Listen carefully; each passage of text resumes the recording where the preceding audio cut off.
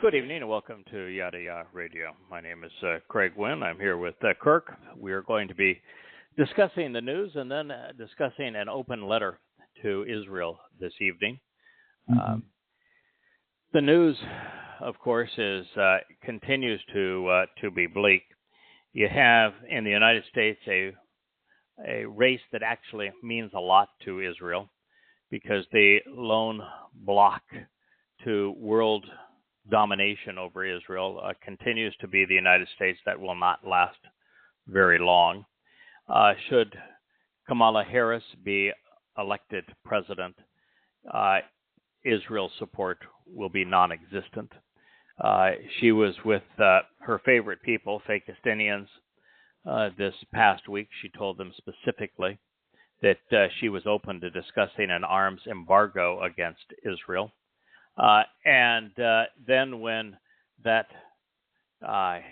ignited a firestorm of fury, she did what she does best, which is double talk. She lied and said that she never said that. And then the people she said it to said, oh, no, that's not correct. This is what specifically she told us. It is very much like her not doing her job and sitting in the seat behind Benjamin Netanyahu when he was invited to address both houses of Congress. The vice president is supposed to orchestrate those kind of events, and she decided that she would go to a sorority party instead, and then lied and said it had nothing to do with Netanyahu. I had a prior engagement. I do not like American politics. I have done everything I can to be critical of both parties. And normally I would say that the best approach is just to avoid them. But over these past 3 or 4 years, I have watched as the world has collectively gone for Israel's jugular. The world is largely run by progressives, and which is the new name for socialists. And they despise Israel. They have been conditioned to despise Israel for about 20 years now, and it is now hitting a feverish pitch. And the United States is really the last veto in the United Nations to a complete embargo against Israel, both weapons embargo against Israel, economic embargoes against Israel, for defending itself, mind you, just because the world is more anti-Semitic and more vicious and cruel today than it was in the previous World War, where 6 million Jews were annihilated. And again, the conditions are worse now than they were then. The last hope for at least forming a bloc against worldwide hate against Israel is the United States. And we have a race where one of the two candidates is decidedly in opposition to Israel. Now, she will say most anything that she thinks will help her be elected, but you can tell from her rhetoric and her prior positions that cackles does not mean it, and if she is elected president, Israel's days are numbered. So this is the one time where I would say that if you are so vehemently opposed to Donald Trump that you would support cackles, then you are God's enemy, because you're supporting a person who will have tremendous influence, and she will wield it against God's people. So while normally I would say don't be involved, and I'm not encouraging anyone to vote. I will not vote. You should not assign yourself to either political party. I'm here to tell you that if you are a liberal, a progressive, a socialist, and you are going to support cackles because you despise Donald Trump, or because of any other reason you think that you need to control the Supreme Court so a woman has the right to an abortion, even if the child is in the 3rd trimester, or that you think that wealth redistribution is the answer in a more compassionate approach. So be it, but understand that you're taking a position that is diametrically opposed to God's people, and you can't do that at this time and not elicit God's wrath. So my advice to progressives is to wake up from what is clearly a mind virus. Other items in the news before we go to our open letter in support of Israel. In the United Kingdom, which is becoming anti-Semite West, the Ireland is already so far gone that they might as well change their flag to the fake Palestinian flag. But the UK is close on their heels. Just in the first 6 months of this year, there were more anti-Semitic incidents than in all of last year. Anti-Semitism in the UK is up 100%. And what you can see in the UK is a very different standard for those who are calling for genocide against Jews and those who would support them. There are riots currently underway in the UK where the right is pushing back against the leftist immigration policy. It was incited by the murders of young children at a dance party. And the left says, they are operating on misinformation and that the perpetrator was not an immigrant. Well, his parents were. He is clearly of African descent. I think it's Rwandan is where his parents come from. He also has autism, which the left doesn't want to talk about as a condition that we ought to be careful of. Trump's would-be assassin also was autistic. And so these are things we ought to understand how an empathy disorder can be so destructive to our society. But anyway, the UK, it's a very serious problem. Elon Musk, about a week ago, less than a week ago, said that because of the unbridled immigration policy changing the culture of the UK and allowing people to promote genocide unchecked and yet criminalizing those who speak out against them, he said this is going to lead to civil war. Now, I think he probably should have said it will lead to continual civil strife as opposed to civil war, but nonetheless, he said civil war. And of course, the leftists want to condemn Elon Musk as opposed to their own policies for causing this situation. I actually think that Elon Musk is the lone thread towards left in terms of a bastion of free speech. If it were not for Elon Musk, we on this planet would lose the right of free speech. And while he will allow a lot of things on X that are repulsive, and he knows they're repulsive, he also recognized that if people aren't able to express themselves in an open forum, if everything that is said is fed through a thought police, then people are totally controlled and manipulated. And, he had I believe it's a daughter who the left managed to convince that that she should be a he, and is turned against him and is a complete mess, as are most transgender people.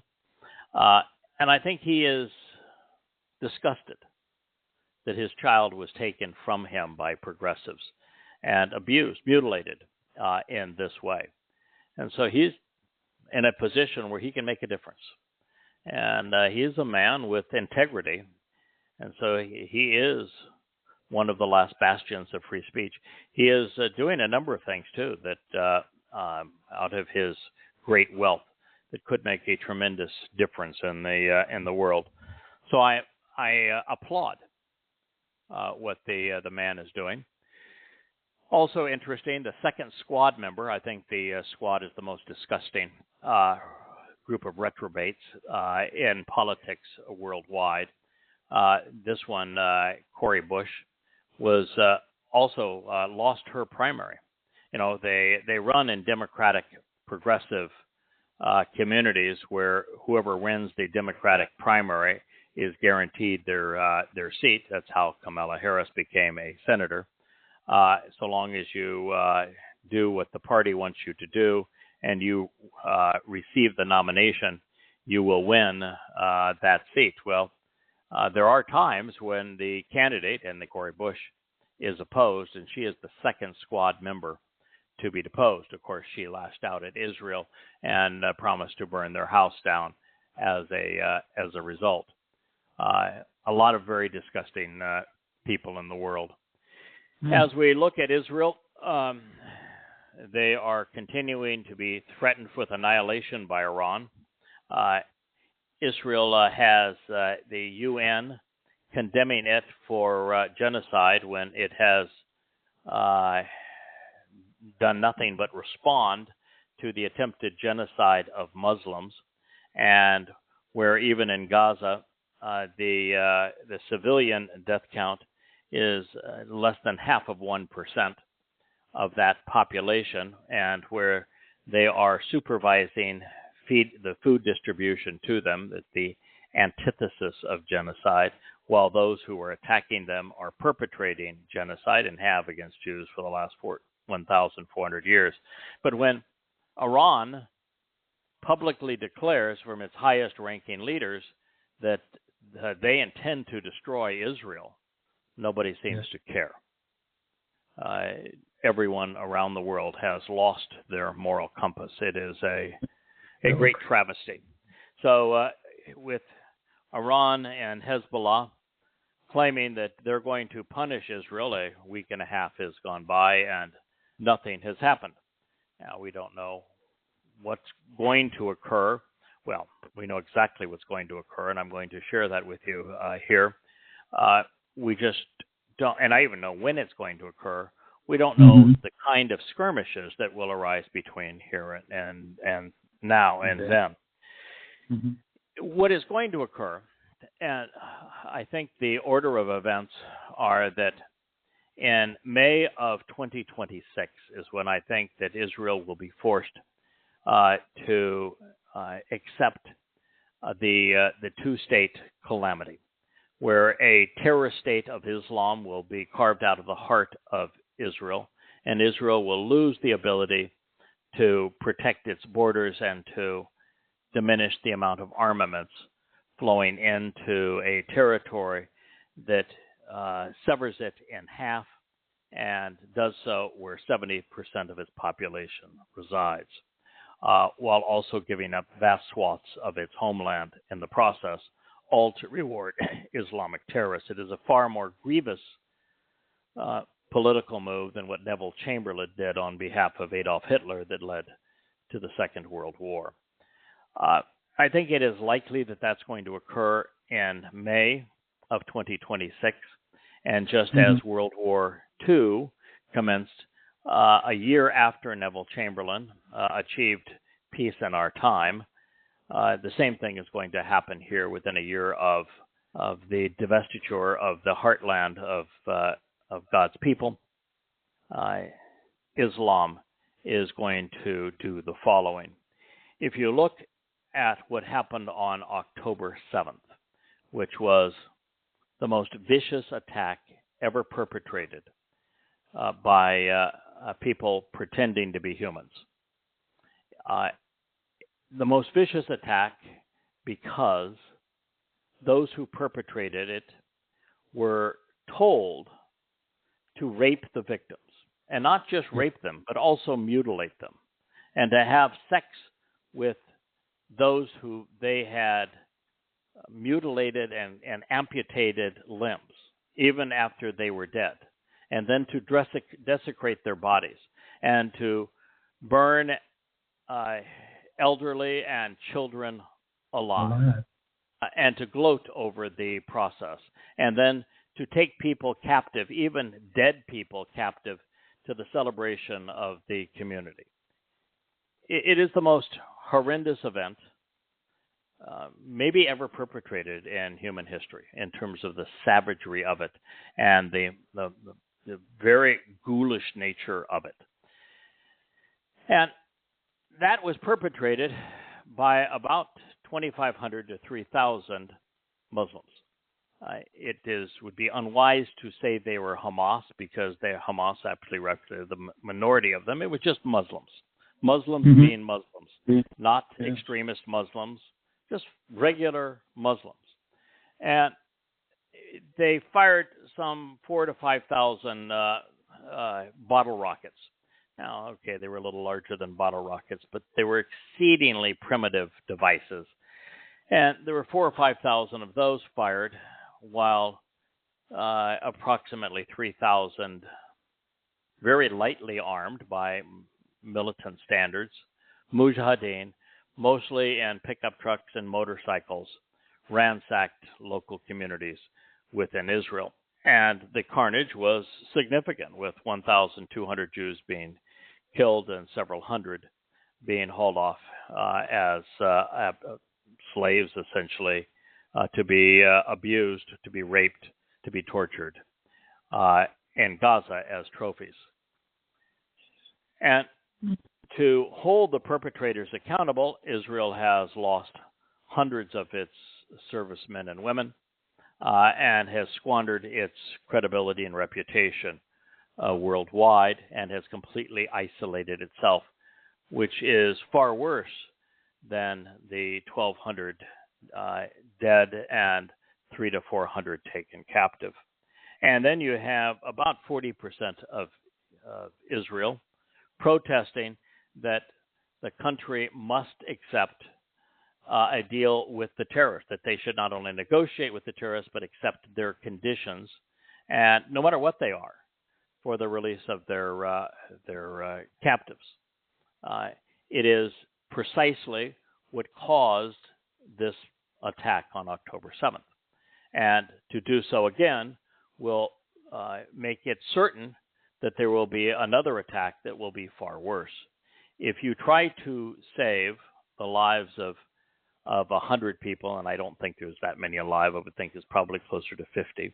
You try to save the lives of 50 people by rewarding the terrorists and releasing 500 terrorists from prison and giving the Islamic terrorists a respite from the ongoing attack to them. You open up their ability to rearm themselves by leaving the Philadelphian corridor between Gaza and Egypt.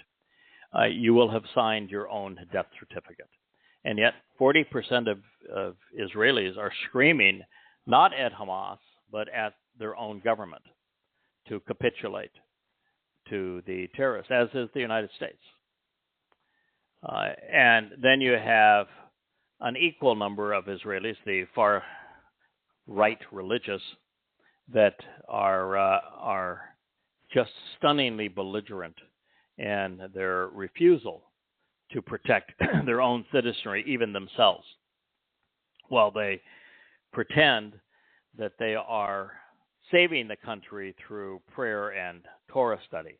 When they're not studying the Torah, they're studying the Talmud, and their prayers are revolting to God. There was a mini riot where they broke into a military base this past week, and he got to see them screaming and wallowing in the streets, and they're just reprehensible.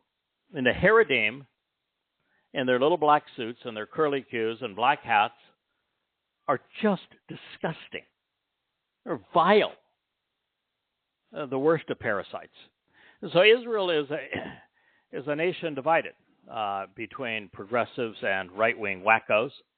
And unfortunately, there aren't enough Israelis in the middle that seem to care enough to unite the country. So under this backdrop, let me tell you what's going to happen. Then I'm going to give some advice to Israel, and I'm going to tell you why I think I have earned the right to provide this advice. Okay. What is going to occur, and it's detailed in the prophets, is that within a year of narrowing Israel at the waist by sacrificing the homeland of God's people to reward Islamic terrorists and what's called the two-state solution, as championed by the United States. It's not championed by the Islamic world. They do not want a two-state solution. From the river to the sea means that they wish to annihilate Jews and completely destroy Israel. That will lead, as it did with Neville Chamberlain, by giving up the high ground of Czechoslovakia to World War III, which will begin with a 1,000-fold more aggressive version of what occurred on 10/7/2023. You heard me, 1,000-fold.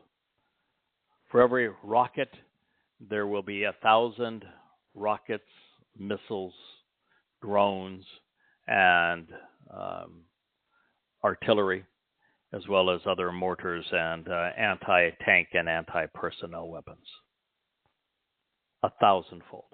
The drones are already something that the Iron Dome does not handle well, and that nothing Israel has seems to be able to stop them well. It's not like a missile that is essentially ballistic, and once it's fired, the course is predetermined. Drones can move.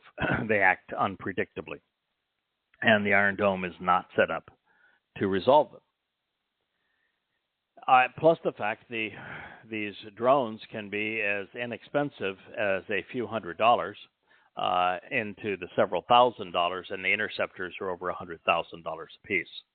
And those interceptors require negotiation with the United States that will soon be non-existent. Within 15 to 30 minutes of this next assault, one which will occur in 2027,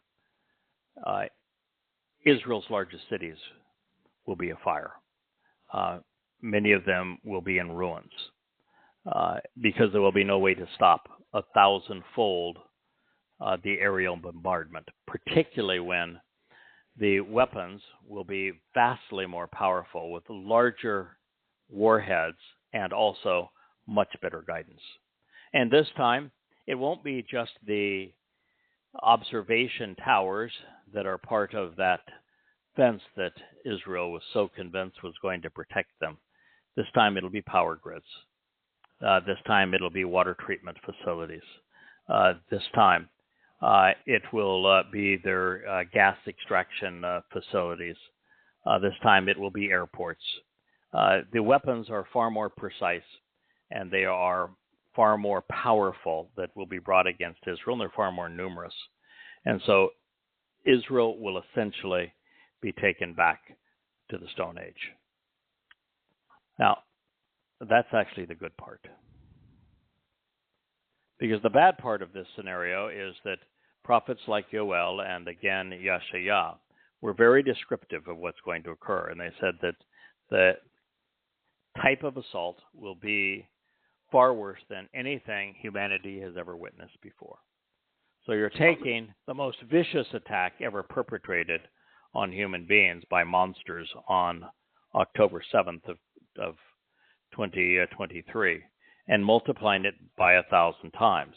So under the cover of this massive aerial bombardment that brings Israel to its knees, there are going to be several 100,000 monsters, Islamic jihadists, mujahideen, that are going to be entering Jewish homes and torturing children and raping both men and women, both alive and dead.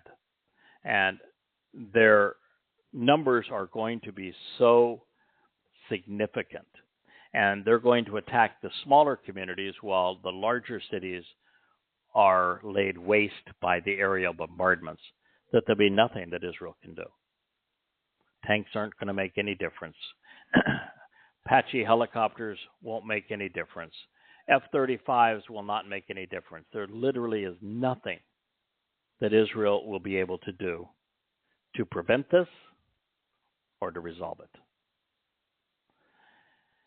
And so that is Israel's fate. And outside of Israel, it's going to be essentially impossible to be Jewish. And for those who think that their progressivism, where they speak out against Israel and deny Israel, will cause them to be endeared by the Muslims who want to annihilate Israel, understand that they view you as useless idiots. And when someone who has a collective IQ of about 60 thinks you're an idiot, perhaps you ought to look in the mirror and figure out what in the hell you're doing with your life. But that's the world we're looking at. Anti-Semitism is going to become egregious. We know what happens to Jews when they do not have a homeland. We witnessed that with the Holocaust, and the Israelite homeland is going to be ravaged by a flood of Muslims. And when Yahowah says that they're going to flood into Israel in such numbers that there is no way to stop them, understand that the Muslim view of flood, just as they called the operation on October 7th of last year a flood, is not a vision of rising waters, but instead of rising blood. And that's what they envision for Israel. So what I'm going to do this evening, because while that is going to occur, you don't have to be victimized by it. While that is going to occur, the carnage can be limited. While that is going to occur, Jews living inside and outside of Israel can be protected. You can keep your family and your loved ones safe from this carnage that is going to occur. So I'm going to speak to Israel this evening and to Jews worldwide to share the things that must be done if you don't want to be caught up in this carnage, where 2 out of every 3 Jews over the next 9 years are going to die. And they're going to fare much better than the world at large, where a higher percentage of people are going to die. Yeah. And we have this from Yahowah's prophets. He has never been wrong on a prophecy, and he is never going to be wrong on a prophecy, and that's because he is not predicting the future. Yahowah, which is God's one and only name, exists outside of the limits and constraints of time, where for us, time is the 4th dimension, and we're stuck in the ordinary flow of it. Yahowah, as a spiritual, energy-based being, is not. He's like a photon of light, where all time exists simultaneously, and so he is able to witness our future in our past and report it to us, which is what he did through the prophets. So it's not that he is predicting the future, but he is reporting future history. He is telling us about the consequence of our collective choices and the hell that we have brought upon ourselves.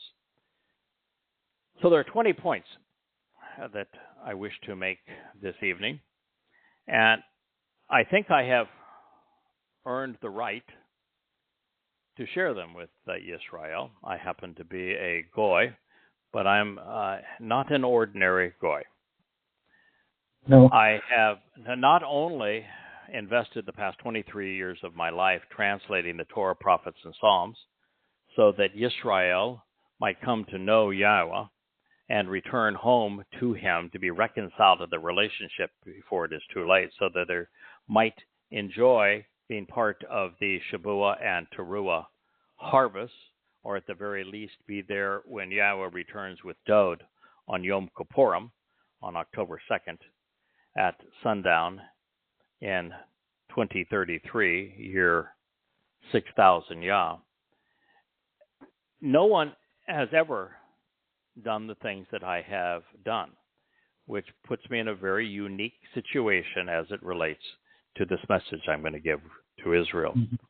The first of those is that I have written the most comprehensive review of the Quran and Hadith, taking the chronological Hadith, particularly of Ishaq and Tabari, used them to reorder the Quran chronologically, translated the Quran, and then put it all into the context of Muhammad's life to expose how great a threat Islam is to God's people, to even express how rabbis made this possible by selling Talmud stories to Muhammad, making the Quran appear religious when it otherwise would not have seemed so. And to tell Jews that Muslims declared war on them 1,400 years ago.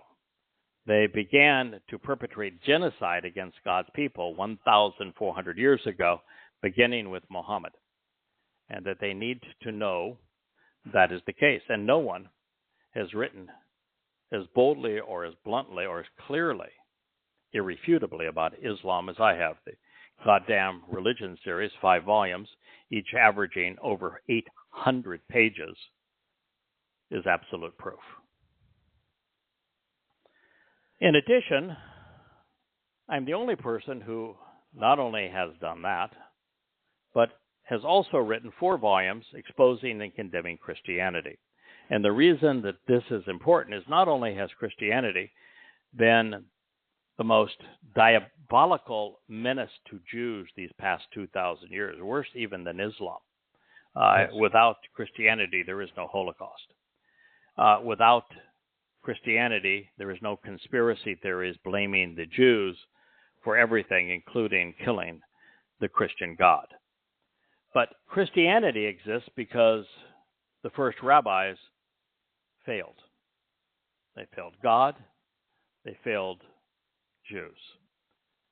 Because what actually occurred is that though David, who is the Messiah and Son of God, came to fulfill Pesach, Matzah, and Bikurim, and yet not only wasn't he recognized, he was denied by God's people, leaving a void that was filled by what I call replacement foology, where the myth of Iusu Christu, Jesus Christ, was slathered upon the actual life and words and titles and accolades and achievements of Dowd as the Messiah and Son of God, our Savior. And it was only possible because as obvious as God made it that he was going to do this through his Son, the Jews denied it. And then, making matters worse, they came up with a false Messiah of their own. So telling that story and trying to awaken God's people to the truth about the Messiah and Son of God, to their Savior, to the Passover Lamb, Dowd, who is the returning king, I've written 4 volumes called Twistianity. No one has ever done that previously, in addition to having exposed and condemned Islam. But it doesn't stop there, because I have proven that the book that rabbis dearly love, Ezekiel, is Satan's playbook. And that the supposed God that is presented in it, and the stories that he tells of 25 ways to kill Jews and to rape Jewish women, and to circumvent Yahowah's instructions and to plaster over all Israel, depicts Satan's autobiography. It's his playbook. And it explains much of the rabbinical mindset, which is so destructive. And so there are 3 volumes in a Babel series on top of the 4 volumes condemning Christianity and exposing it, and the 5 volumes called Goddamn Religion, exposing and condemning Islam. But there's more. Because within the Torah and prophets, there are hundreds and hundreds of references to what Yahowah has asked me to do for his people. There are more references to what I am doing on behalf of Yehudim and Yisra'el than to maybe any other than God's Word. Lastly, I would share that there's something else that I have done, that 2 things here that I should share that no one else has ever done. One is that the single most prevalent theme throughout the Torah and prophets is that God is disgusted by his people's propensity to be religious. And so when the religious say that they are Torah observant, they're lying. Because if they were Torah observant, they would know how disgusted God is with them for being religious. when we read the Torah and we see how many times Jews were disgusting. I mean, Abraham was a scallywag. He pimped out Sarah twice for financial gain. Jacob had all sorts of major issues in his life. The children went and sold a brother into slavery and were reprehensible. Mm-hmm. There was never really a good time. Briefly under Dode, but Jews even turned on him. Look at your behavior during the Exodus. You didn't even get out of Dodge before you started blaming God and saying, I want to go back to being slaves. First thing you did when he made you safe on the other side of the Red Sea is build a idol Structure. to the Apis bull cult in Egypt. But it didn't stop there. Every time you turn around, Jews were belly aching. And first time that God said, okay, I'm going to speak to the entire community of Israel. And what was Israel's response? Don't ever talk to us again. We never want to see you again. We never want to hear from you again. Then you've got the waters of Meribah, one of the most disgusting episodes ever between God and a community. Then you have when the so-called spies, but the one member of each tribe went into the promised land and they came back as complete and utter ingrates and wussies. One episode after another, after another, after another, to the point where it's amazing that God even led his people into the promised land after all of this. It's just a disaster what Jews have been. And then you read through the prophets, and a book like Yahowah, you've got the great Isaiah scroll, you put it up in this shrine, and what it says is, the first 10 chapters, I'm disgusted at my people's propensity to be religious. You look at the book of Hosea, I'm divorcing my people because they're religious. No matter where you turn, that's the story. So after all of this time, after 3,500 years of being religious and being disgusting to God, don't you think maybe it's time to change? Do you want to continue to spit in God's face,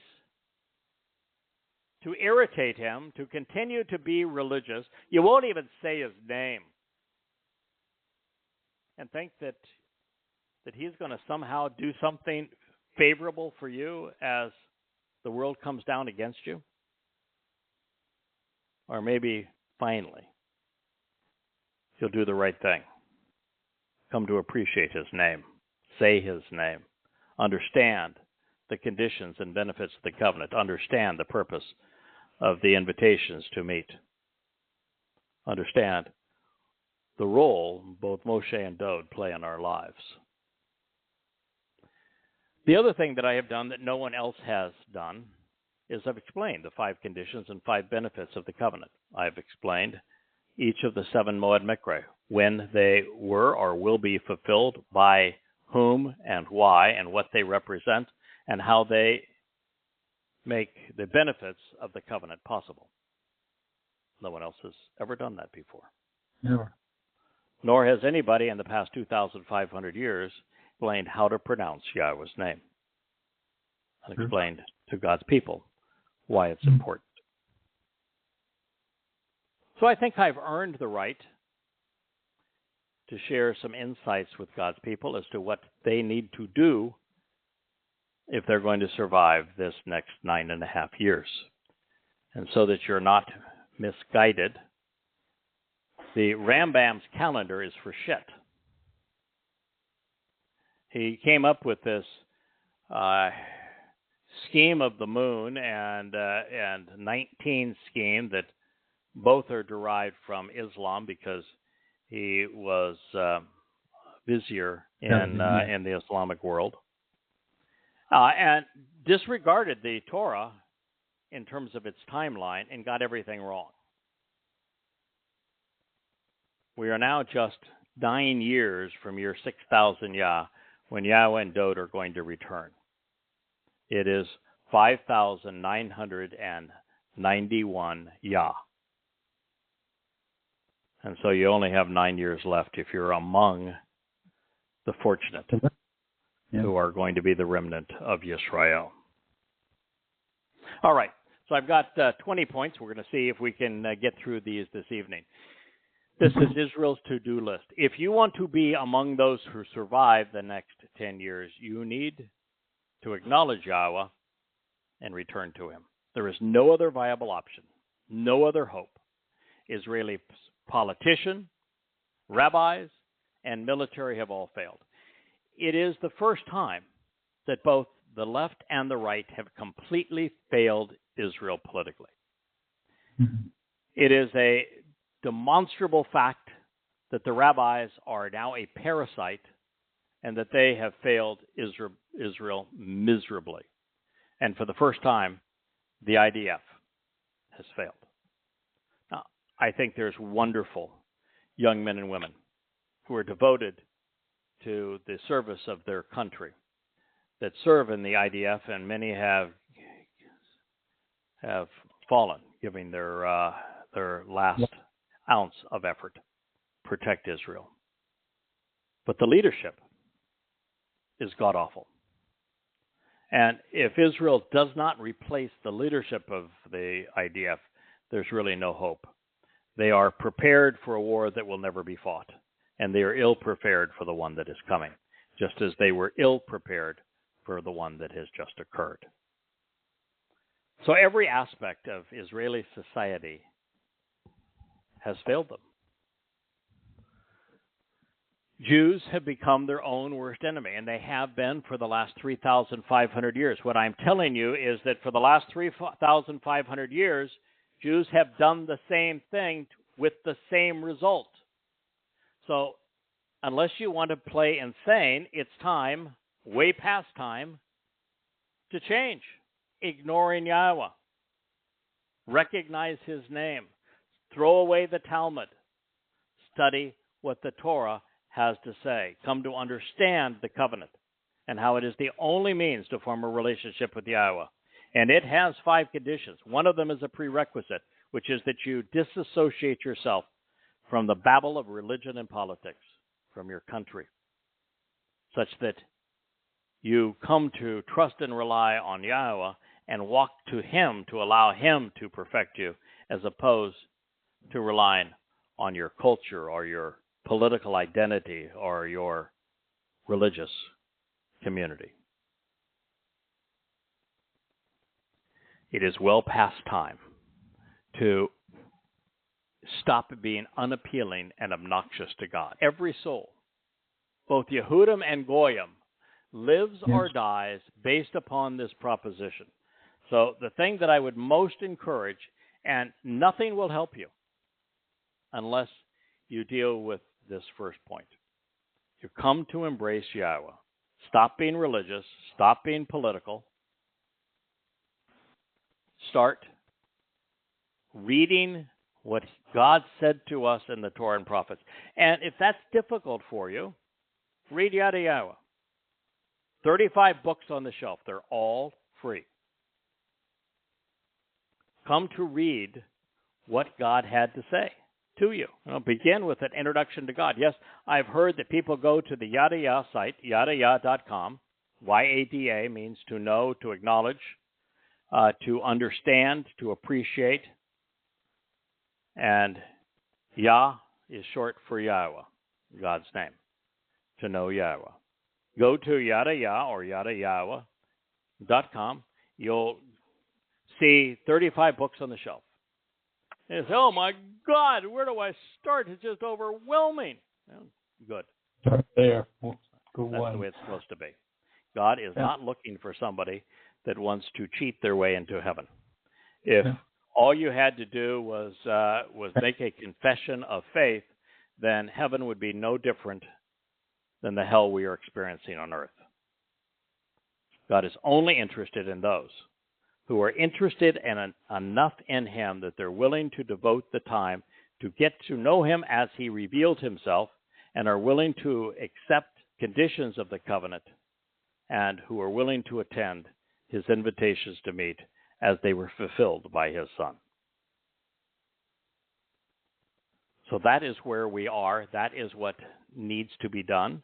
And if you do those things, then what you're going to find is Yahowah embracing and protecting you, and you will also find opportunities to work with him to awaken your brethren. So that's the first thing. That doesn't happen, nothing happens. Point 2. Recognize that Islam is the enemy. Hamas, Hezbollah, the Islamic State, Islamic Jihad, the Houthis, Iran, Turkey, Qatar, Jordan, Egypt, and Syria are symptoms of a collective and relentless foe. And if you say, oh, we can't declare war against 2 billion people, well, I've got news for you. Muslims declared war on Jews 1,400 years ago. The declaration of war against all mankind, beginning with Jews. Muhammad and the first Muslims attempted to perpetrate genocide. They wiped out every Jew in Arabia. And you look what happened in Islamic countries since 1948. 99% of the Jewish population has either been exiled or eliminated. Muslims want to annihilate Jews. You can't change that. You can't make that better. You ignore it at your peril. But to pretend, as Netanyahu and all of your political and media leaders are saying, that Hamas is the enemy and Hezbollah is bad, and God, we just hate those Houthis. Iran is the nexus of evil. BS. Yeah, they're all bad. But what do they have in common? What is the common denominator between Hezbollah, the Islamic State, Islamic Jihad, Hamas, Islam? Always Islam. the Houthis, Iran, Turkey, Qatar, Jordan, Egypt, and Saudi Arabia? What is the common denominator? No. Are you stupid? Always. It's Islam. You know, the average IQ of a Jew is 15 points above the rest of the world. And you can't figure this out? You're afraid to say it? As a matter of fact, if you say it in Israel, it's a crime. They'd throw your criminal ass in jail. Isn't that amazing? Amazing. Unbelievably stupid. How the brightest people in the world could be so stupid. It's astonishing.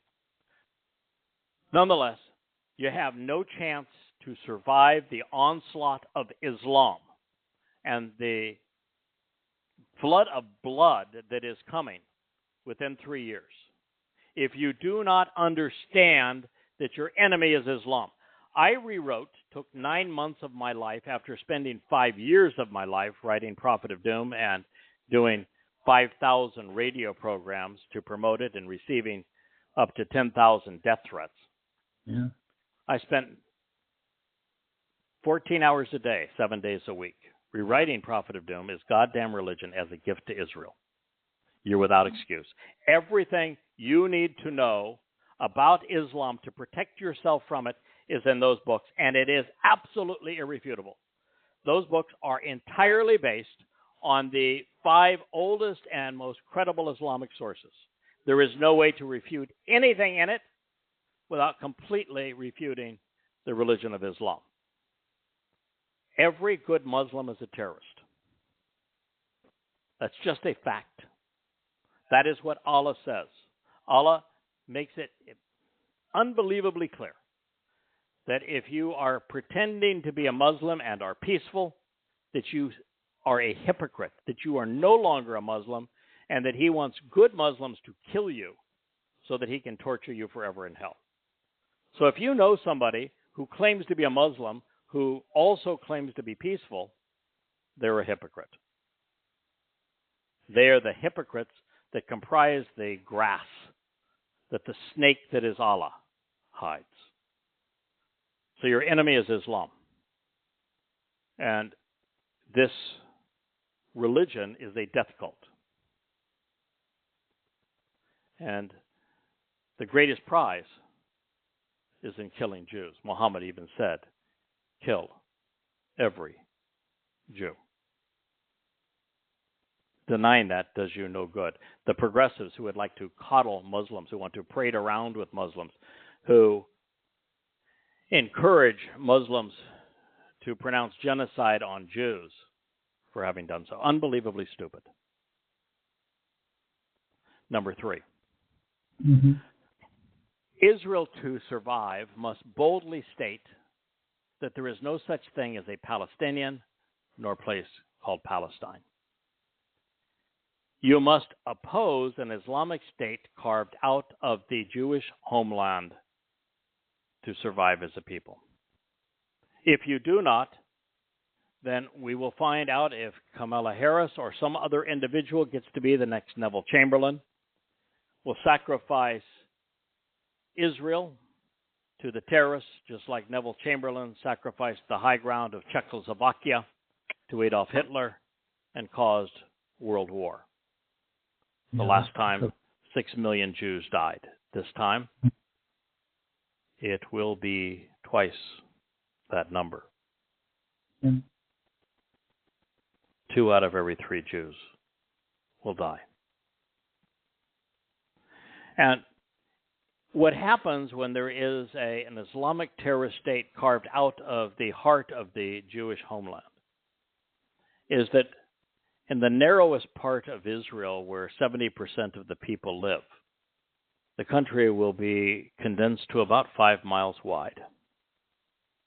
And on both sides, there will be a flood of weapons as they position themselves to conduct a vastly more egregious, 1,000-fold increase on what happened on October 7th. They will not just come through Gaza, but they will come through Egypt and through Saudi Arabia and through Syria and through Jordan and through Lebanon and from Turkey by way of the sea and through from Iraq and Iran through Syria and to Israel. This is what's going to happen, and there'll be no way to stop it. Catalyst will be the same as it was for the last World War. And all of this is occurring because Israel did not have the courage or boldness or intellect to say what needed to be said. That when the notion of Palestine began to emerge in the 1950s and 1960s, when prior to that time Gaza was part of Egypt and the West Bank was part of Jordan, and there was no such thing as a Palestine or Palestinian. Back at that time, the only reference to such a word was because Hadrian was maniacal and he lured Jews back into Israel, played them for fools, and then brought his legions upon them to annihilate them. And once he had annihilated all rebellion, he renamed Judea, the province of Judea, Philistia. And because the Roman Catholic Church has had such influence in Europe, and since liberal professor types love Latin names, they have retained this false moniker. It was based, of course, on the Philistines of old. But if you're going to base a name on the Philistines of old, you have to recognize that the only reference to them is through Yahowah and his prophets. Yeah, which is if what Yahowah says about them is true, they're invading terrorists from Crete. Reprehensible people. If what Yahowah says about them is not true, then they never existed. Nothing else is known of them. And, as it would turn out, Dode, after the Philistines badgered Israel, stealing even the Ark of the Covenant, killing the prior king, Dode brought them into submission. And after he did so, they were essentially annihilated by the Assyrians, then again by the Babylonians, then again by Alexander and the Greeks, such that by the time that Alexander mopped up the last of them, there was nothing left. There hasn't been a Philistine or anybody by that ethnicity for 2,300 years. And normally, people are hauled off into slavery, which is why there's a remnant of Jews. After Hadrian mopped up and crucified and killed many, many Jews in Judea, he hauled the rest off into the diaspora, into slavery. But that's because Jews were civilized. The Philistines were never civilized. And so there was no financial benefit in enslaving them. So they were annihilated. That's the simple truth. There has not been a Philistine for 2,300 years, and to parade under that moniker is to be an idiot. To accept people by that name is to be played a fool. If Israel is going to survive, you must make it illegal to use the term Palestinian. And anyone that uses an Israel should be arrested. It should never be used in the media, never be used by any politician, never be spoken, period. There is no such thing as a place, never has been a Palestine, nor has there ever been a Palestinian people. These people are not related by ethnicity. They're only related by Islam. They're Muslims, full stop. Also, their intent is not to live with you. Their intent is to annihilate you. Number 4, accept the fact that there never has been and never will be any way to reform Islam or the Palestinian Authority. Admit that Muslims are bred and then conditioned to be terrorists. No one is innocent. No one is a civilian in their war to exterminate Jews. Women are bomb manufacturers. That's true. The simple truth. Yeah. You know, I was asked by my wife this week. She said, so, you know, we've lived here in this community. It's an African-American community. It's a tough community to live in because the murder rate's higher than any place else in the world. And the work ethic is horrible. And the local community would rather fight one another than they would exchange words. Mm-hmm. And so my wife said, so if at infancy, if we were to remove a child from that community and raise them in a wholesome, nurturing way, would we be able to eliminate the culture? Or have they, through generations of being vicious to one another, abusive, you know, the mothers were beaten by their husbands. They don't typically have husbands, but by their baby daddies and by their mothers, and they beat their children, and it's very, very pervasive. And so this culture is violent, and it's murderous, and it has a lousy work ethic, and it will they steal one another blind. Could you raise a child to be a good human being in a different culture? The same thing is true if you took a Muslim baby, where when they're born, they have a sword put next to them, and they are set off to the side and dedicated to kill Jews and to Allah. You see them as indoctrinated terrorists, threatening to kill Jews at very early age, 2, 3, 4, 5 years old. Now, they have been bred for this.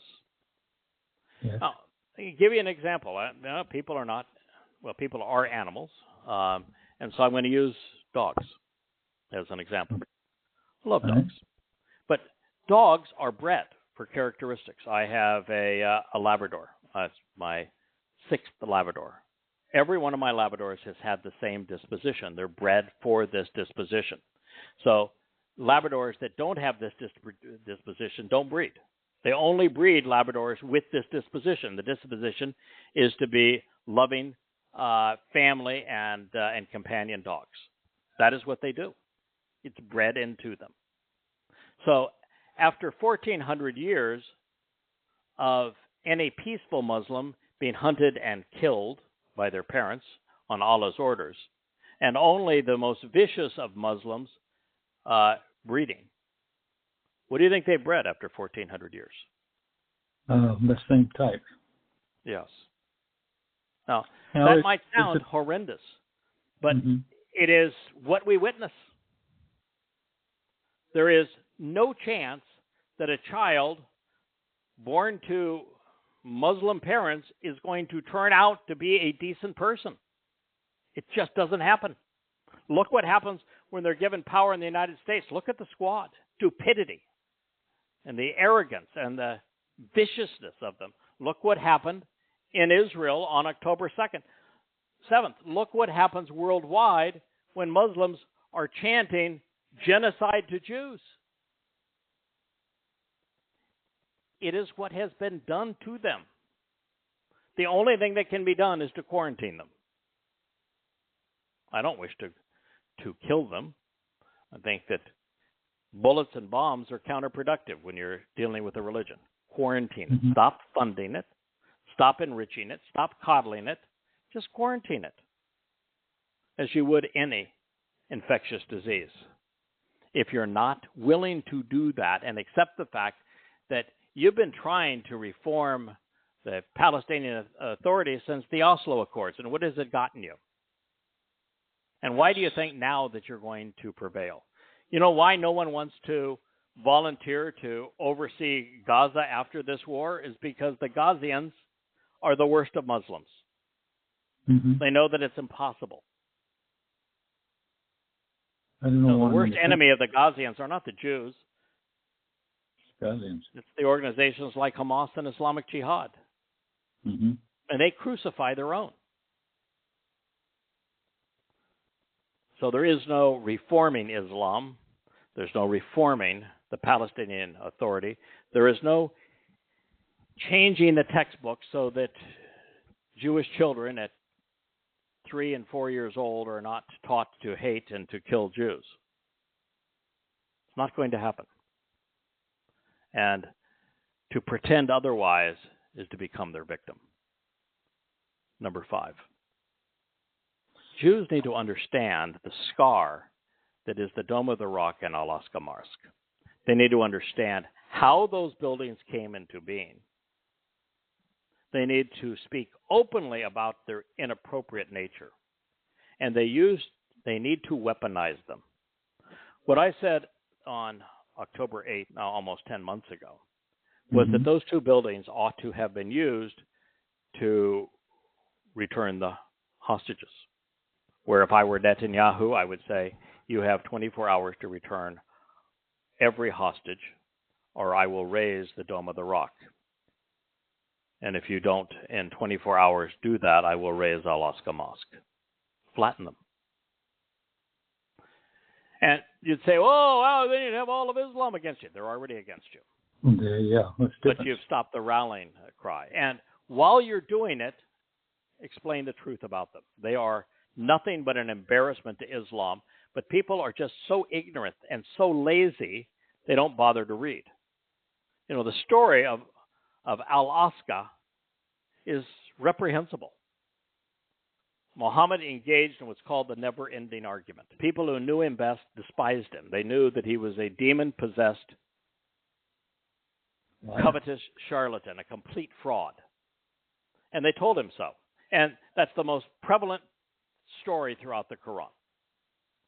And so Muhammad, being thin-skinned, told those who he could not best in debate that he was going to slaughter them. And so his kin, the Quraysh, it was in Petra, not Mecca, decided they would appease him. They decided, we're going to play the Jewish card here. We're going to appease him. We're going to see if we can modify him. And so they came up with what's called the idolatrous indulgence. They offered Muhammad sex, power, and money if he would accept their gods. so he could be king for a day, have the prettiest women in town, and they give him boatloads of money if he would just stop being a menace and stop threatening to kill them. Muhammad accepted the deal. But then his father-in-law, who had supplied him with his 6-year-old sex toy, said, wait a minute.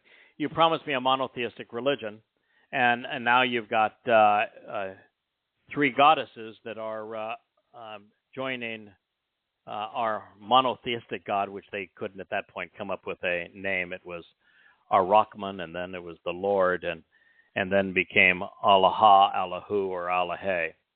I read that. Yeah, they really didn't know what his name was supposed to be. But then they added Alat, Manat, and Al-Uzza. It was a pagan potpourri for a monotheistic religion. And so Muhammad said, oh, no, my bad, but understand that all of Allah's messengers speak for Satan.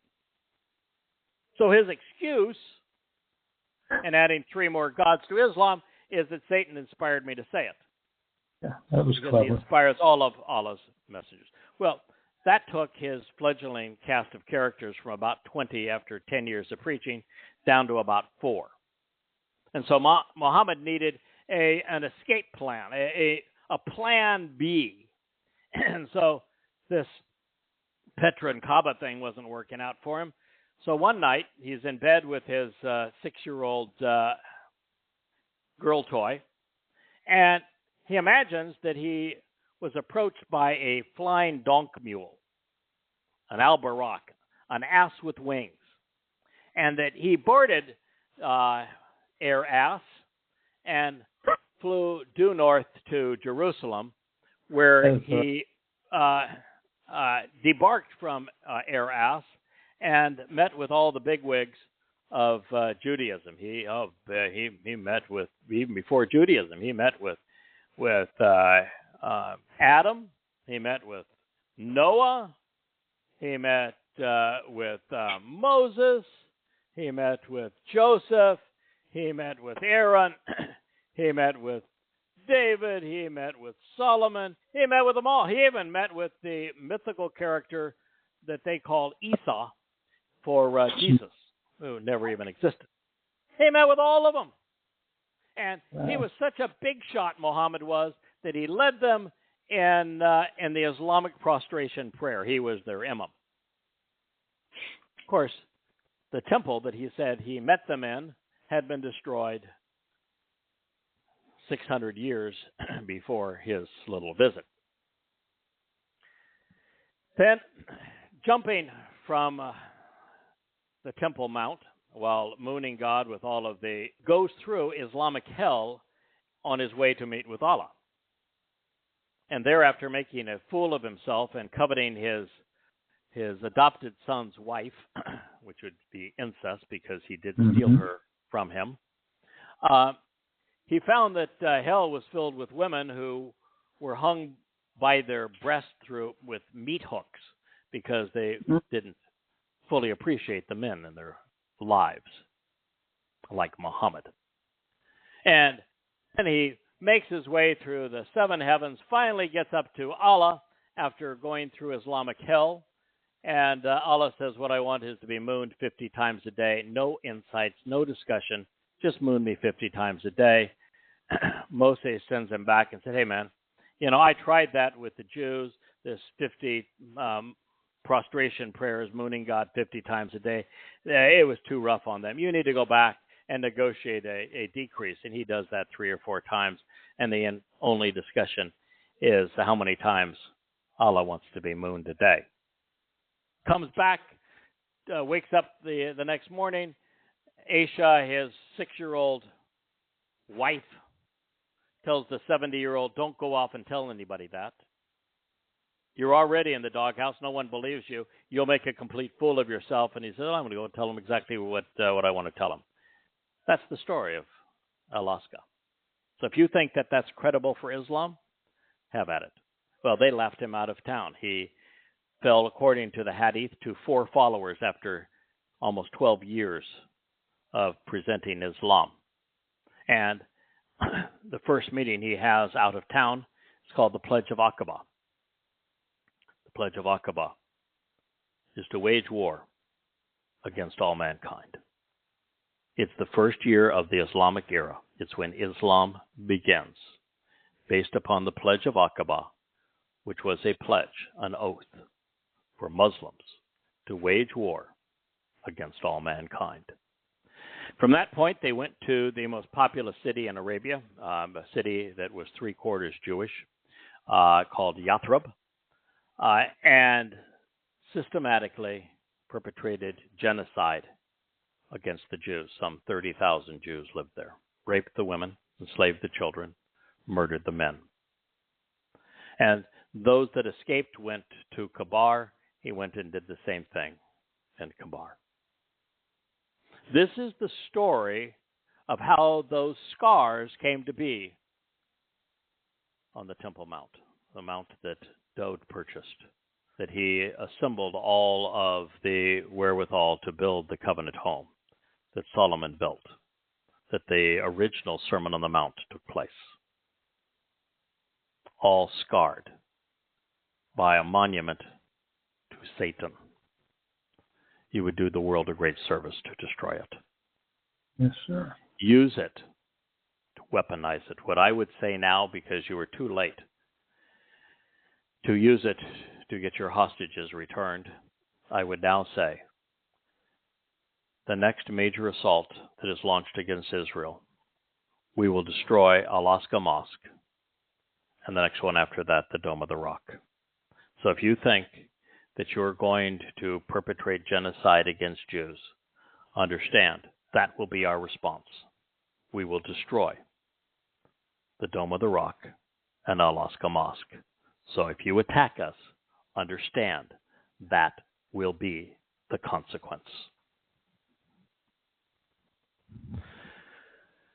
Number 6.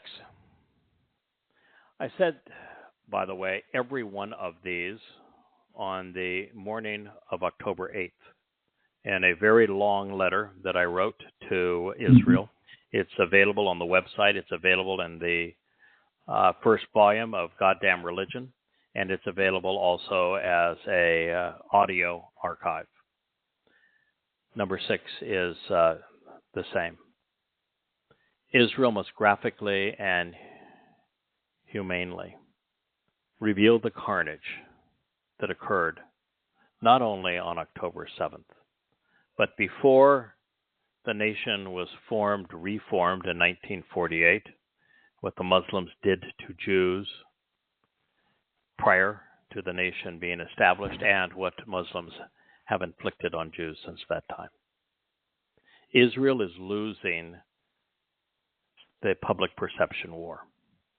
And the only way to turn that around is for Israel to act aggressively. And it needs to act graphically. The images of what occurred, for example, on October 7th are so inhuman, so savage, they need to be shown. And you'd say that's not the way Jews work. We may their memory be a blessing. We don't want the last memory of a loved one to be mutilated and raped and desecrated by Muslims and to be kicked in the streets of Gaza as a trophy. Well, then their lives were sacrificed for nothing. If you want to make their lives meaningful, if you want their loss to save thousands and millions, then you need to show their whole life story. All of the wonderful pictures and images that you have of them prior to this assault, what happened to them during this assault, graphically show the charred and mutilated bodies and precisely what occurred. Tell the story so that the progressives that are marching in support of Islam against Jews know what they're supporting. Hold them accountable. Make it more difficult for the world to speak against you. I know it is painful, but there are things that are far more painful. And that is being humiliated after having been humiliated. Number 7, Israel must stop negotiating with Muslims. Stop pretending that you want normalization with Saudi Arabia. It isn't worth crap. They hate you. They will destroy you. In Islam, negotiations have no binding, no meaning whatsoever to the Muslims. It's the whole story of Ḥudaybiyah. If you don't know the story of Ḥudaybiyah, then shame on you. But the fact is that at Ḥudaybiyah, Muhammad realized that he had come down with his jihadists in too few in numbers and too lightly armed to be certain that he could wipe his own family, his extended family members and kin out.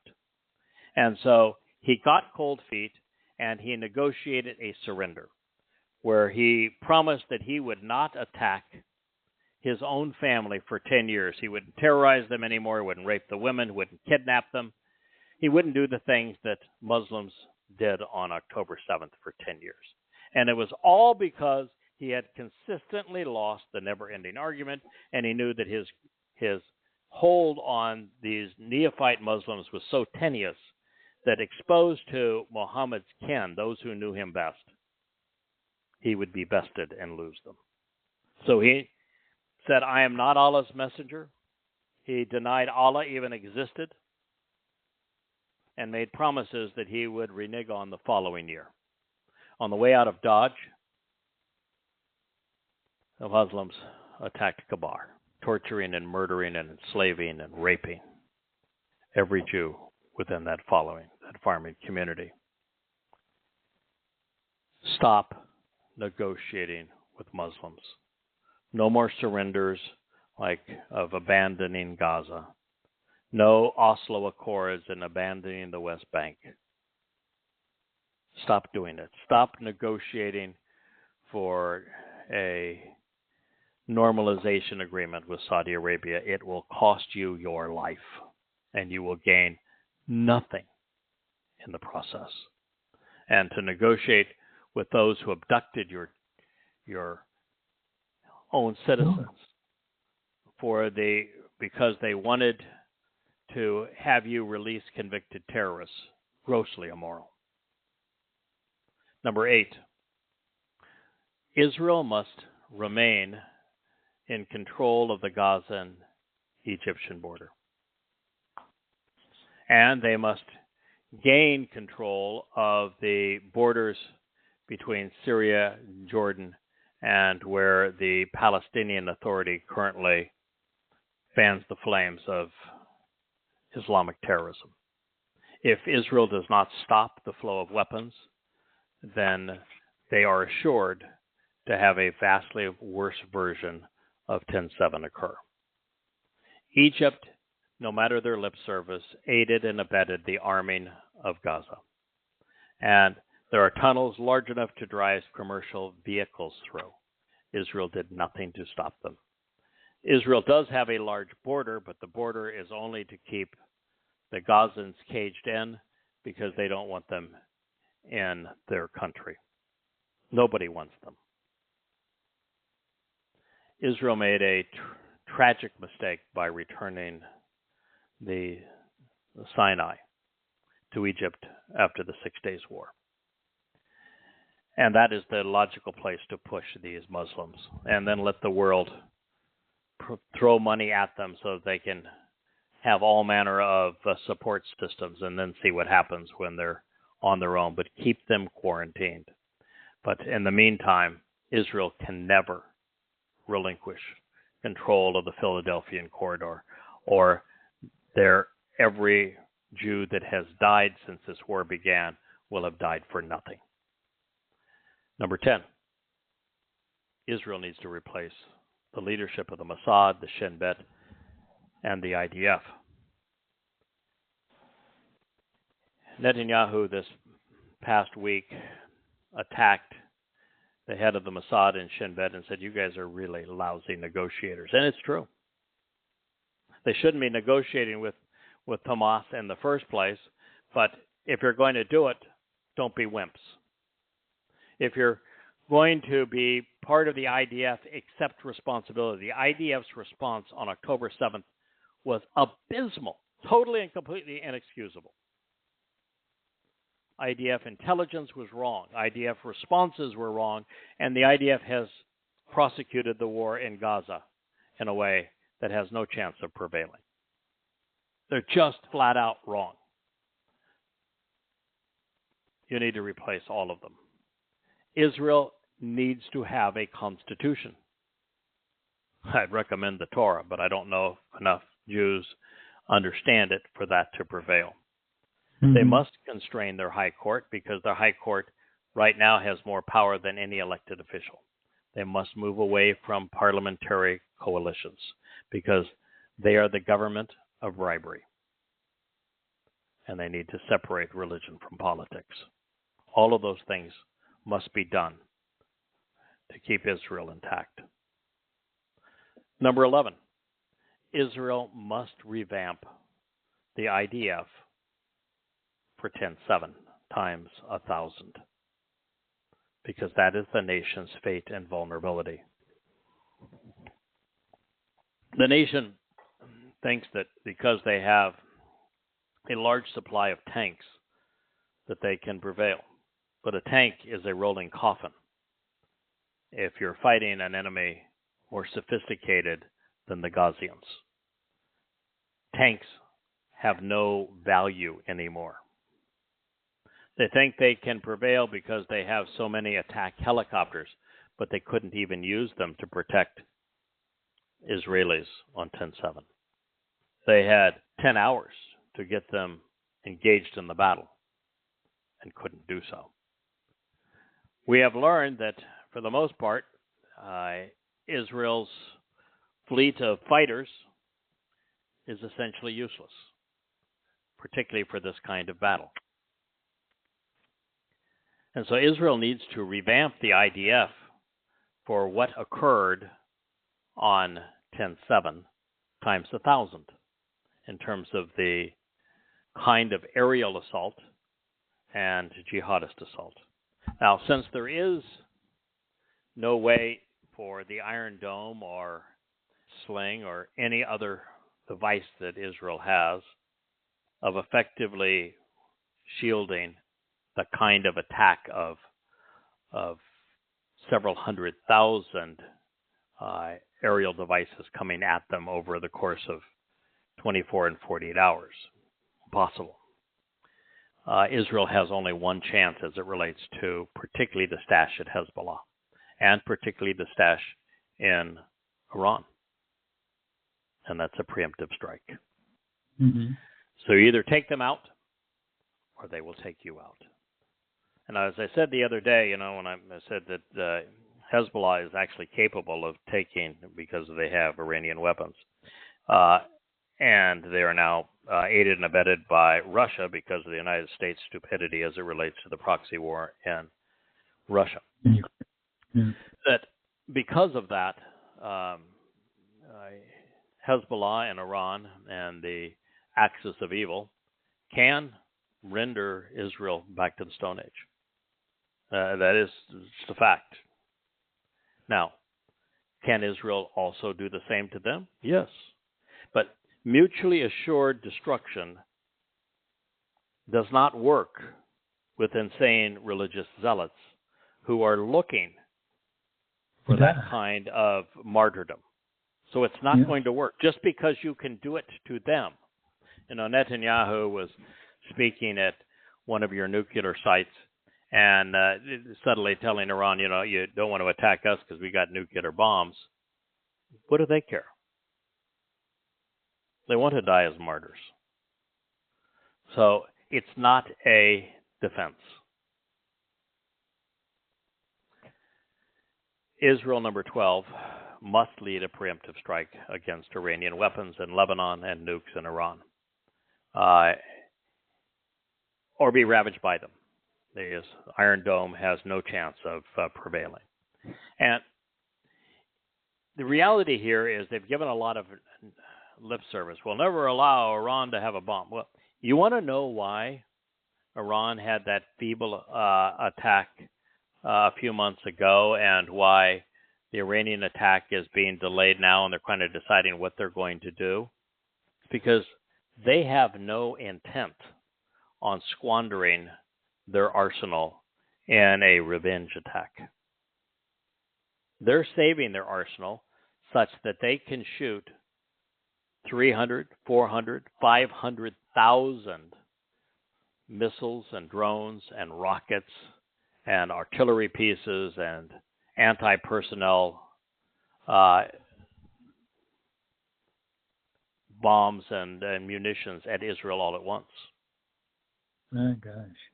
That's what they're waiting for. Because when they do that all at once and then release, well, you look at just the Iranians. The Iranians have regular military of more than 1,000 times the number of jihadists that came in from Gaza. Yeah. That's just from Iran. And then you look at the numbers of hundreds of thousands from Hezbollah, and then Syria, Jordan, and Egypt, and on it goes. Turkey. Yes. So you're either going to take them out or you're going to be ravaged by them. It's your choice.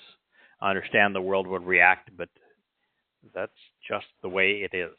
So make your call one way or another. You can wait to be attacked and only lash back as after the fact, or you can take them out now. But if you don't do that with Iran's nuclear program, they will have a bomb. And that is one of the things that Iran has been reluctant to attack Israel aggressively until their nuclear program is finished, where they think they are now impervious. Number 13, Israel must become more adept at refuting progressives while discrediting Islamic protesters. As it sits today, while Muslims are more savage and more physically lethal to Jews, the cover that is provided for them in international organizations such as the United Nations, within the U.S. Congress, at the heads of states throughout Europe, particularly now, and Ireland and the U.K., the support for them is from progressives. And this has been growing for a long time. And it's what made these riots against Israel, calling for Israel to be exterminated, occurred because colleges are run by progressives. Yes, Newspapers, for the most part, are run by progressives. The New York Times, the Washington Post are examples of that. And so with the media dominated by progressives, colleges indoctrinating a generation of progressives, such that most young Europeans and Americans are progressives, they're almost uniformly anti-Israel. They are almost uniformly incapable of thinking. Progressivism has become a religious experience. It defines people's lives. It is a brain virus that precludes the ability to think. Evidence and reason no longer matter as if they were religious. And they take positions that are anti-Israel, which is why we, as part of the covenant family, and why we, working with Yahowah on behalf of his people, care about them. The right-wing wackos and the conspiratorialists that blame Jews for all manner of things and were exceedingly anti-Semitic. And while they still exist and they're still repulsive, and I would go out of my way to condemn them, particularly in their conspiracies and their turning to violence as a first resort, they have 1% of the influence that progressives have. And so it's because of this issue and the fact that there is an enormous progressive culture within Israel, and that these are the shrill voices that are screaming against their government and screaming to do a deal with Islamic terrorists that essentially seals Israel's fate. The nation is destroyed. These are the same people that want to reward the Islamic terrorists with a state of their own. Progressives have become exceedingly dangerous in this world. If we have time, and maybe in another program, I'm going to talk about politics, because Yahowah is exceedingly anti-political. Mm-hmm. And one of the problems we have is that the world is seen and is cast by politicians as left and right, Israel in particular. The whole discussion is left, the progressives, and right, and both conservatives and the religious. But it's not a line. It's a circle. And the difference between a fascist and a socialist, and the socialist is the old term for progressive, the difference between the two is nil. They both believe that maximum amount of government authority, nationalizing most all major industries while still having some private business and some private land ownership. And so the difference between a fascist government and a socialist government is essentially nil. Both Adolf Hitler and Mussolini were both socialists for a decade before they decided to use the term fascist. And now when you say that, to say, oh, but they attacked this communists, so they couldn't be socialists because they were attacking communists. But they attacked the bastion of free enterprise too. They attacked everybody. That's what happens with these kind of despots, is they rise to power on a particular theme, and then their only theme becomes themselves. And so everybody becomes their enemy. But we'll have to do a program on the circle. And what I want to lead you with now is that it's a question of more is less or less is more. The socialist progressive wants more government, which means less economic prosperity, less freedom of choice, of speech, of movement, and less of everything. You have less control over your lives and less economic prosperity, less intellectual stimulation, less invention, less enterprise with progressives. So more government equals less, even less in terms of values and judgment and reasoning and thinking. On the other side, what you have is less government. Yahowah's view is less government is better government. No government would be the best government. Yahowah has a very clear way of managing affairs through his Towrah, and we'll do a program on it. I've spoken of it in the past. But what less government influence in people's lives gives is more freedom, vastly more economic prosperity, the ability for a community to grow and to prosper, to have less control and influence over their lives. So less is more, and more is less. And the history of man has proved this over and over and over again.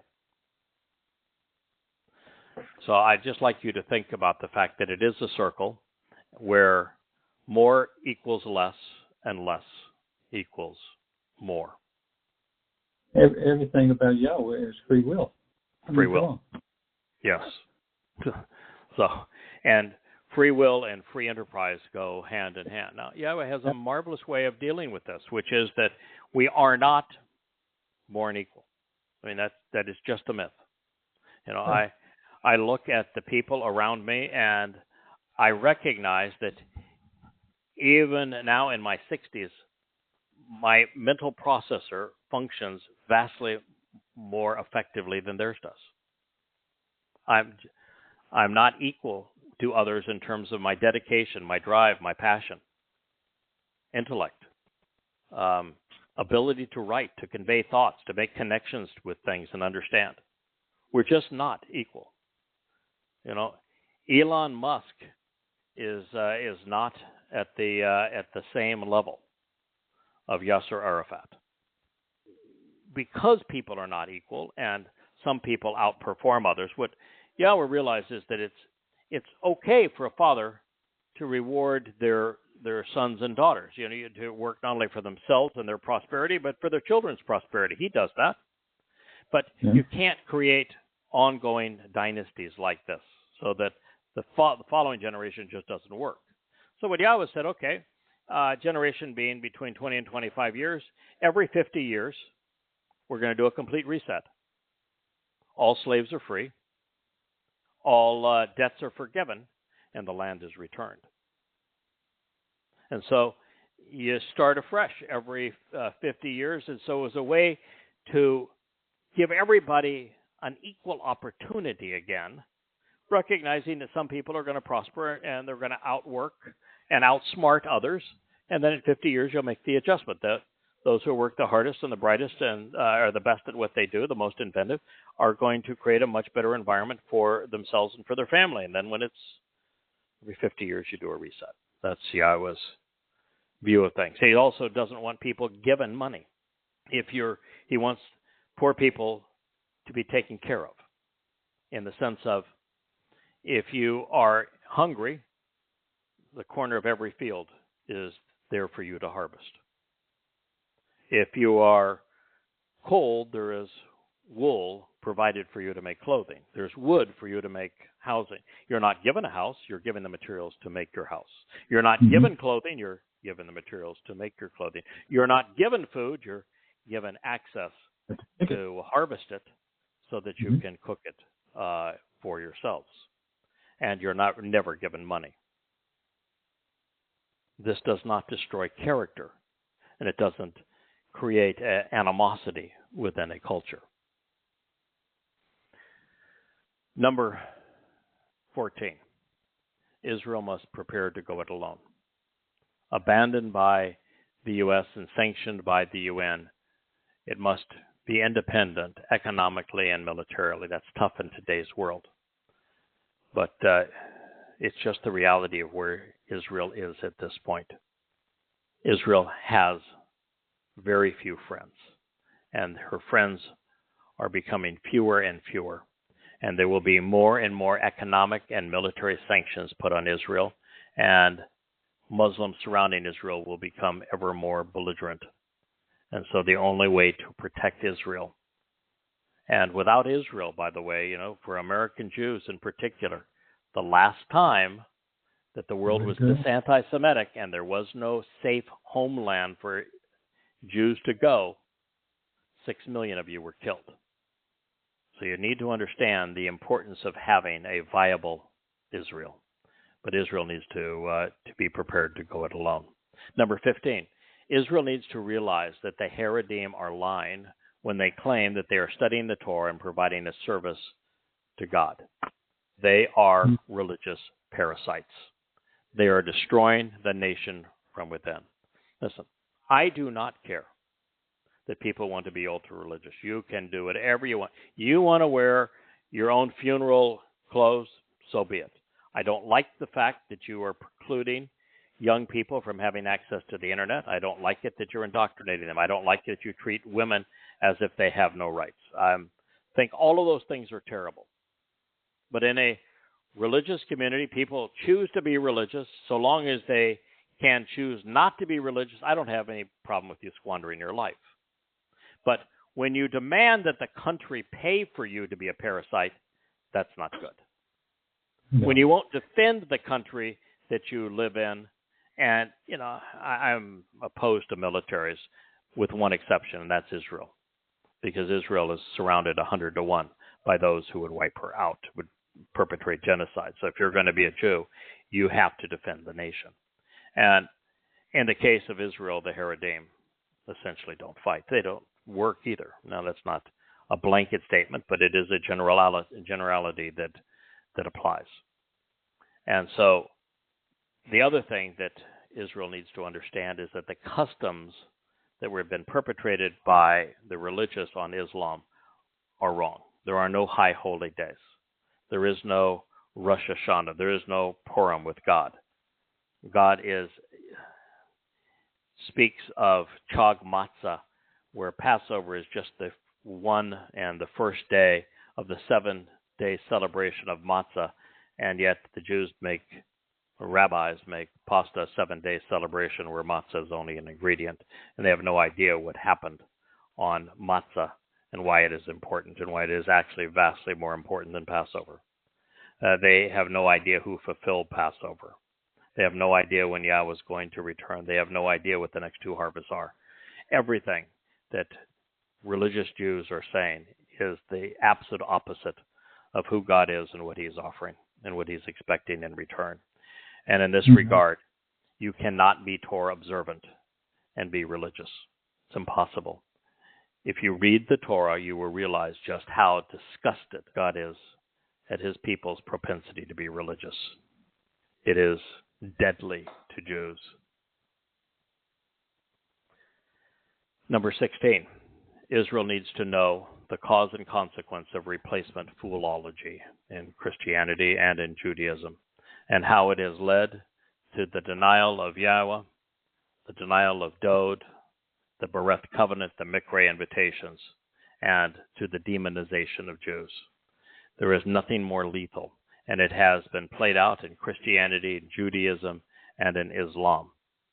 But replacement foology, which is the replacement of Dod with either Simon Bar Kokhba or with this myth of Jesus Christ, the replacement of Jews with the Christians, the replacement of Yahweh 7 Moed Mikra with the insanity of Easter and Christmas and other Christian holidays.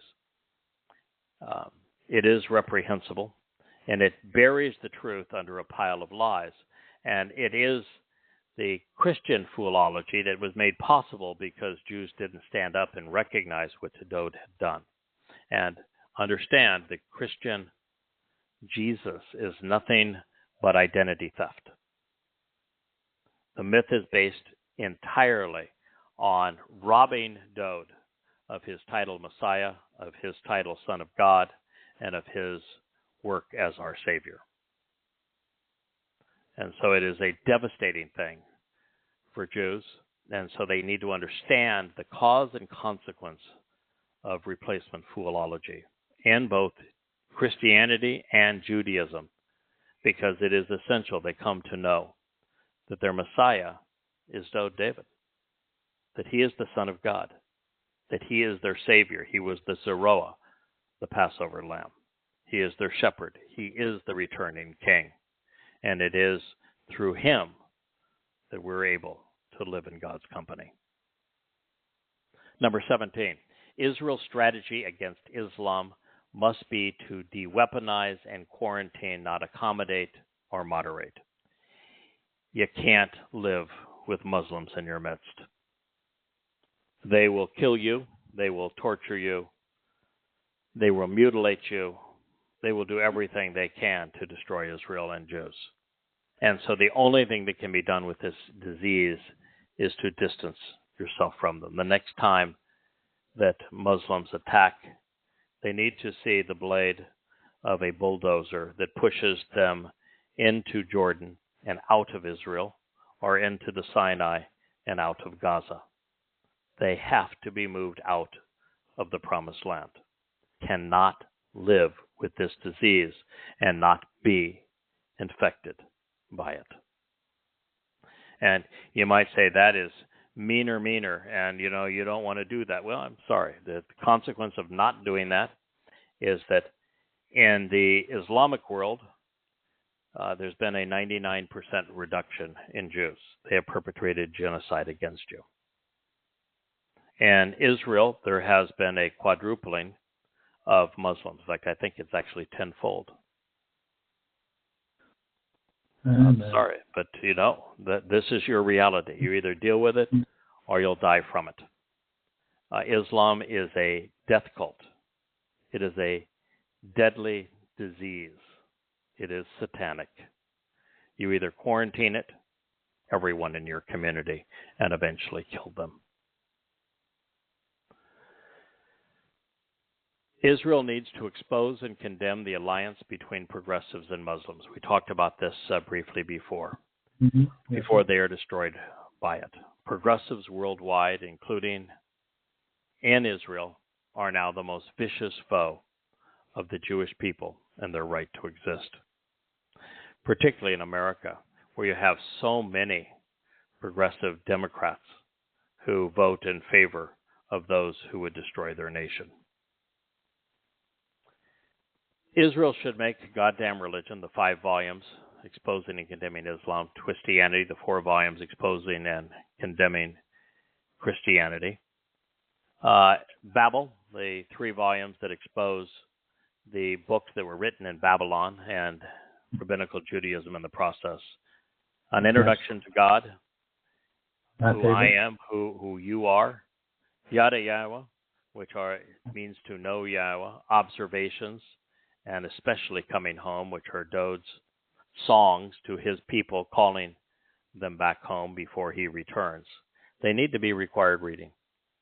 While a remnant will be spared, its size depends upon what Jews come to know and accept. And there is no better source of information from God's people than those 35 books, all of which are free online. Number 20, Israel needs to remove the laws against speaking openly and honestly about her religious foes, and then start conducting national referendums to unite the nation to a common cause. Currently, Israel is a house divided. So, if Israel wants to have a common cause in its own defense, the first thing I would encourage Israel to do is to begin holding national referendums. Talk about, do you want to draft Haredim or not? Let the people vote. Do you want to stay along the Philadelphia corridor to keep the Muslims there from rearming themselves? Is Israel united in this? Have a referendum on a constitution, on limiting the powers of the High Court.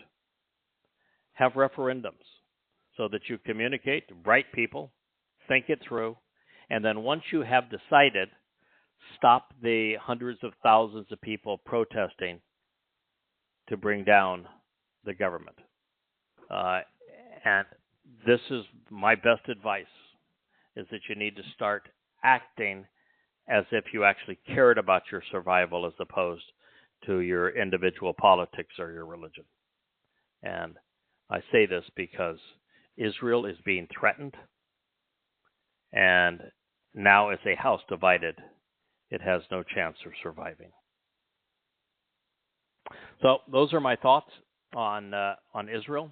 As I say, I think I've earned the right to share them. I know that there's some things that I have said here that would be shocking to many people, but that's because the world has been misled for so long. What things would you like to add to that, Kirk? Just one thing that came up, that the thing about the children, if you took a child away from Yes. Islamic thing, Yes. and I thought, well, what about if they have an Osama and they can determine good and evil? And then I thought to myself, well, wait a minute, this is a rerun. Yahweh already did this with Noah.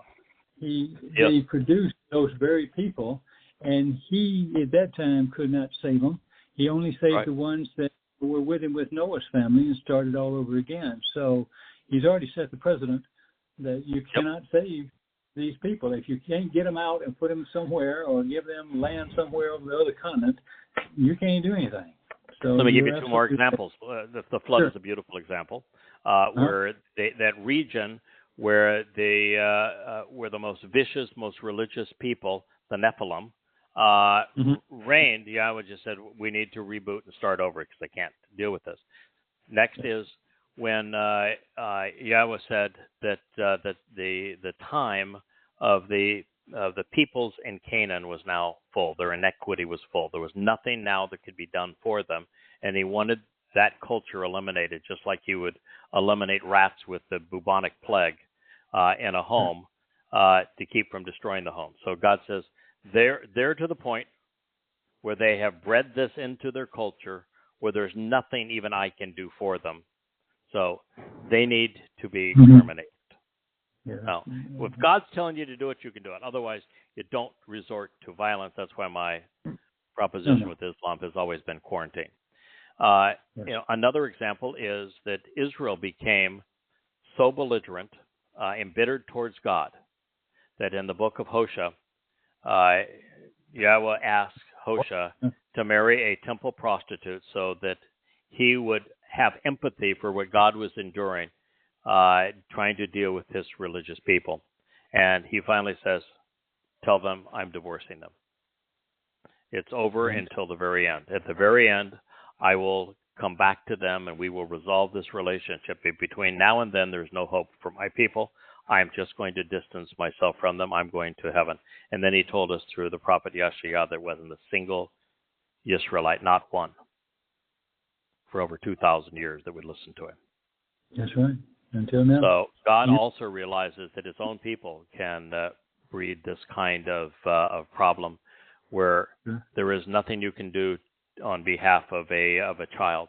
That's why he said in the second statement that he etched in stone that fathers condemn their children to the third and fourth generation. And that's ongoing because if one father condemns his children and his children's children and his children's children's children, the next father condemns out another generation and the next another generation. And it happened with Jews for generations all the way from the time of Dowd 3,000 years ago to very recently. So that's another example of the same thing. So it has nothing to do with race, by the way. It has nothing to do with skin color. It has all to do with culture. And unfortunately, the Jewish culture has been wrong about God. And God has been very clear to say that the Goyim culture has been wrong about most everything, including him. And so human culture has bred people to the point that God is now saying, if he does not return, there is no hope for humanity. There's no hope for the planet. So God is now to the point where he said, unless we bring this to a conclusion and eliminate all religious and political people, then there is no hope for life or for the planet, which is why we're here trying to encourage people to accept the covenant and become part of God's family before all of the religious and political actors are eliminated for the culture that they have conceived, such that a child born into this culture has no chance. It's interesting. So there are more examples. I'm glad you brought that up because I gave two, but we just came up with three more. Yeah, and we have shown that God himself views what we have said as true. Yeah. Now, do you remember when you did the study on the Canaanite religion, you compared it to the Roman Catholic Church? That's the biggest. It's ironic that that's the biggest religion in the world, anti-Semitic to the core, and here it is, identical or so close to the Canaanite religion, which God has already condemned there. Yeah. So, it's in fact, I just wrote it in Twistianity Volume 1. I went through either Volume 1 or Volume 2, but I've just brought that whole section into that to show the commonality with the Canaanite religion. And because Christianity is so similar to it, from the Lord being God, him being the Son of the Son, the Queen of Heaven and Mother of God, their festivals, their rites, their Trinity, all of it goes right back to the Canaanites, who Yahowah said their iniquity is full. I can't. There's nothing that can be done to help them. Wow, it still spread. Yep. And the reality is that as bad as it is, Islam is worse. Yeah. It's Christianity is Paul did everything wrong. I'm in the middle right now of rewriting Twistianity, and you just read how the stupid statements this man made. And to think that there are billions of Christians reading a book that was either written entirely by and written and inspired entirely by Paul, that he is Christianity, and he completely irrational, constantly misquotes God, and all of his citations from the Torah to disprove the Torah completely butchers. And yet this man is believed. He's the one that came up with this replacement to the Torah by trying to annul the Torah, claiming to speak for the God he was contradicting and demeaning. It's the dumbest thing ever. And Christians will say, well, if you were to accuse Paul, then you're probably demon-possessed. No, idiot. Paul himself admitted to being demon-possessed. Read your own stupid book. Anyway, it's just amazing how, I didn't think it was possible to be as mocking of a religion as finally became of Islam, because there is nothing even remotely credible in the Quran. And yet you read Paul's letters, and he's just a complete, deliberately dishonest dunderhead. But you blowhard. Be in this stuff. Yeah, he didn't get anything right. Yeah, to be religious, you just flat out have to be stupid. And that's also true of Judaism, particularly with the Haredim, where that religion was created just a couple of hundred years ago in the Ukraine. It bears nothing to do with Yahowah. It's like spitting in Yahweh's face. So, this is the world we live in. I hope that some of what we said resonates with Yisraelites, and all we really want from this message is for good people, wonderful Jewish people, but Goyim as well, to listen to what God has to say, to celebrate his name and his son, to accept the terms and conditions of the covenant, to attend his Moed Mikre, to embrace him, be part of his family, and come home. And so long as there are individuals, and there's a growing number every day, who do this, then God is pleased. And for the rest of you, you've got 9 years. You better make the most of it. Well, thank you for listening. Thank you, Kirk, for being with us this evening. We look forward to being with you this time next week. We'll return to our review, where we've had just a wonderful experience with Yoel. We have a little more to speak of what Yoel has to offer. And then we'll return to the Mizmor of Dod. Thank you so much for listening. May Yah bless you all. Good night. Good night.